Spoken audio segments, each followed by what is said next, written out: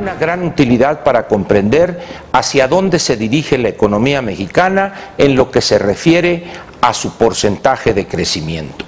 En un caso son cifras históricas, que es el Producto Interno Bruto, y en el otro es una simulación en el sentido correcto, en el sentido econométrico del término, para tener una imagen mucho más cercana del comportamiento de la economía. Al mismo tiempo, la Secretaría de Hacienda, en la conferencia de prensa ya establecida trimestralmente, una vez que el INEGI da a conocer su documento, que le mencioné, la Secretaría de Hacienda, a través de importantes funcionarios, plantea su posición en torno a lo que ha sucedido en la economía en el trimestre que le toca analizar a ese documento. Los pronósticos de los analistas se cumplieron parcialmente. Si bien en algunos casos se hablaba de que el crecimiento del producto medido en base anual, es decir, el primer trimestre de 2014 contra el primer trimestre del 2013, algunos estimaban el 2% y en realidad quedó en el 1.8%. Sin embargo, hay que tomar esta cifra, este porcentaje, con cierto cuidado, porque hay ahí si no error, un incremento inducido, dado que el número de días que tuvo el trimestre, días productivos, el año pasado, el 2013, está, le decía, influido porque la Semana Santa se dio o se registró en el primer trimestre.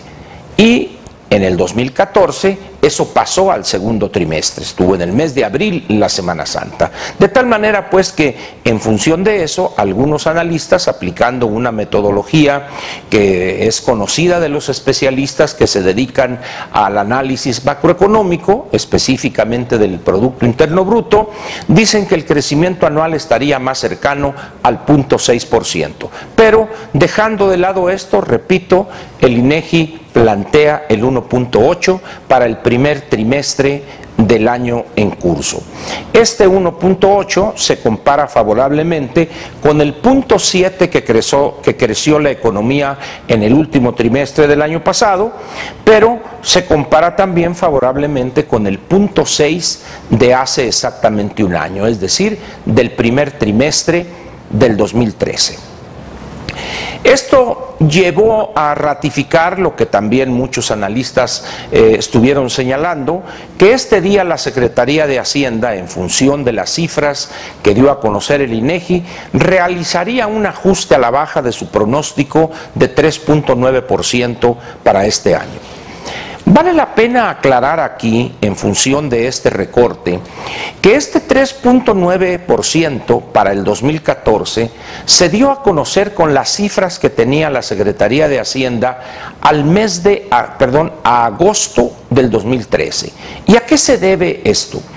A que la Secretaría de Hacienda o el Ejecutivo debe entregar al Congreso el 8 de septiembre, lo marca la Ley Federal de Presupuesto y Responsabilidad Hacendaria, debe entregar un conjunto de documentos que se conoce con el nombre de paquete económico. Es evidente que en los últimos 4 meses del 2013 y los primeros 3 de este año, o si gusta usted, los 4, de tal manera que fuera el primer cuatrimestre más el último cuatrimestre del 2013, tendríamos un periodo de 8 meses. Y en las condiciones de volatilidad de la economía en el mundo y de la situación específica estructuralmente hablando de la mexicana, era obligado un ajuste y hoy se dio. Sorprendió prácticamente a todo el mundo, porque del 3% que auguraban la totalidad de los analistas, la Secretaría de Hacienda, con los elementos que a su alcance y a la mano tiene, bajó ese pronóstico al 2.7. Con el 1.8 que anunció el INEGI para el primer trimestre y con el nuevo pronóstico del 2.7, suena más razonable que la economía mexicana pueda efectivamente alcanzarlo. La razón es muy simple, es una cuestión meramente aritmética.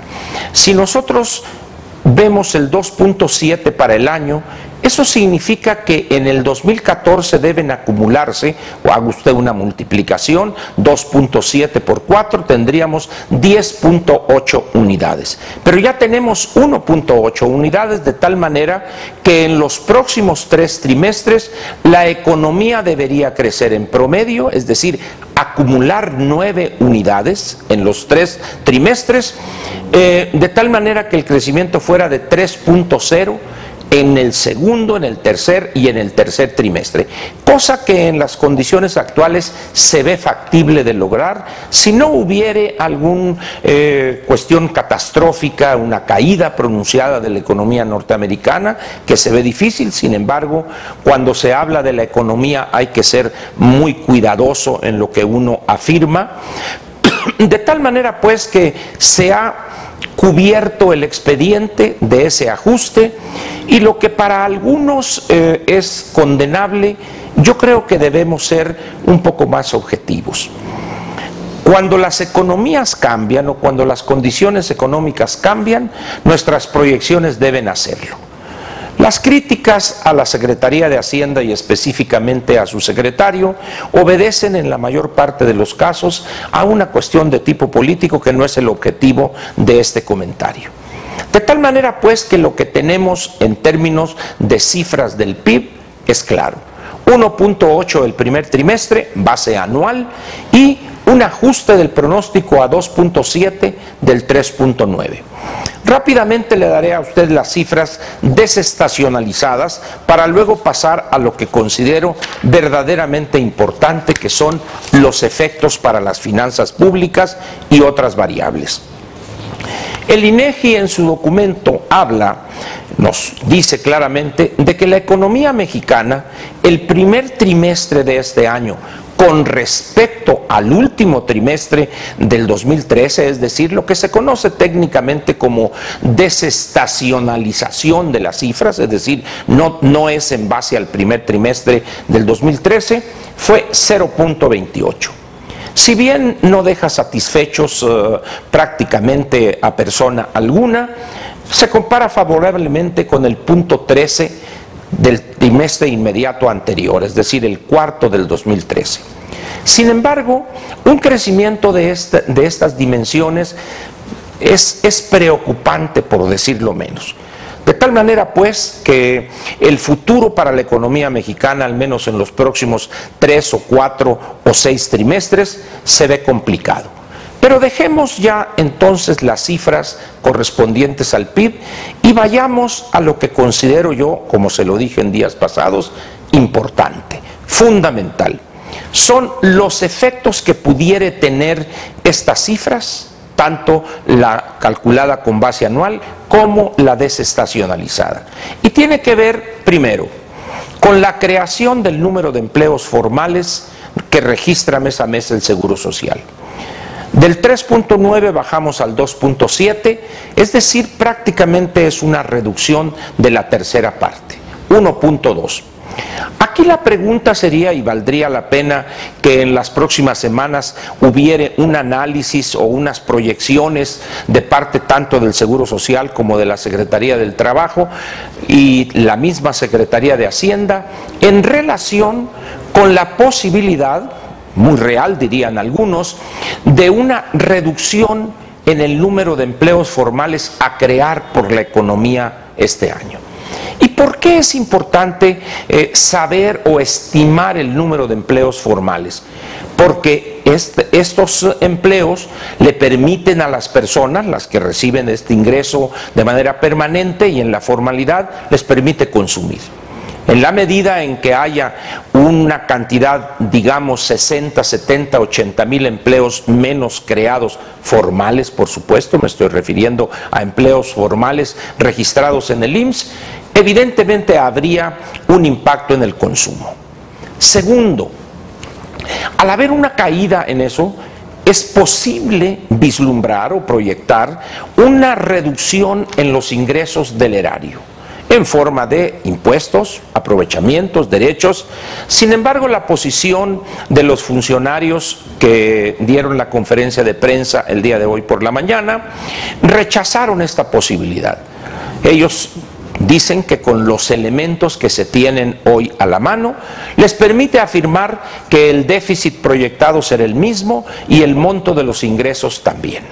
Bien, como estamos ante no especulación, porque evidentemente esto tiene una base científica, esperemos, un modelo econométrico, suena difícil que cuando hay un ajuste de la tercera parte en el pronóstico, las finanzas públicas en lo que se refiere al monto a ingresar permanezca constante. Sin embargo, esperemos a las cifras del segundo trimestre y sobre todo las cifras que mes a mes da a conocer la Secretaría de Hacienda en relación con el comportamiento de los ingresos que tiene el erario. En 7 u 8 días tendremos las cifras correspondientes al mes de abril, que ya sería el primer cuatrimestre del año, enero-abril lo tendríamos, y ahí podría hacerse alguna estimación. Sin embargo, hay que tomar en cuenta lo siguiente. En términos de ingresos del erario, el mes de abril tiene cierta atipicidad. ¿Por qué?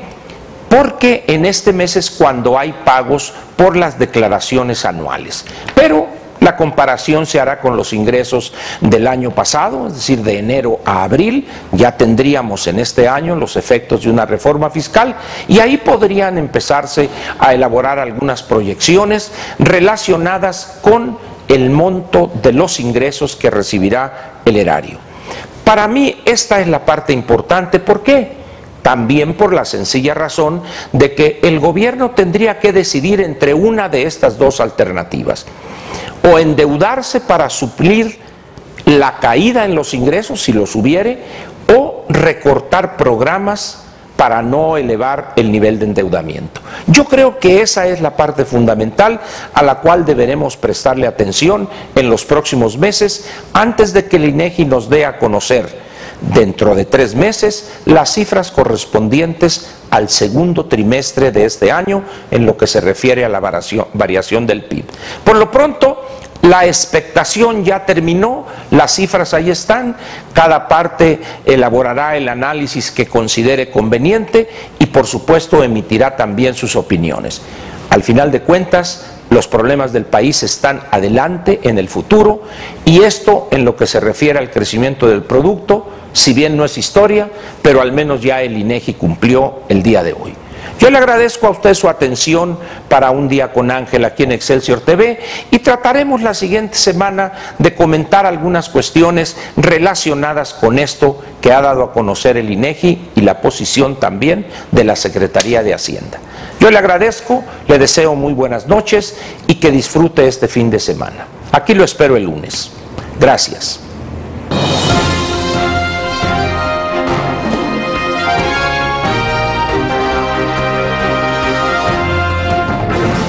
Te invitamos a seguir cuestionando la información con los siguientes videos.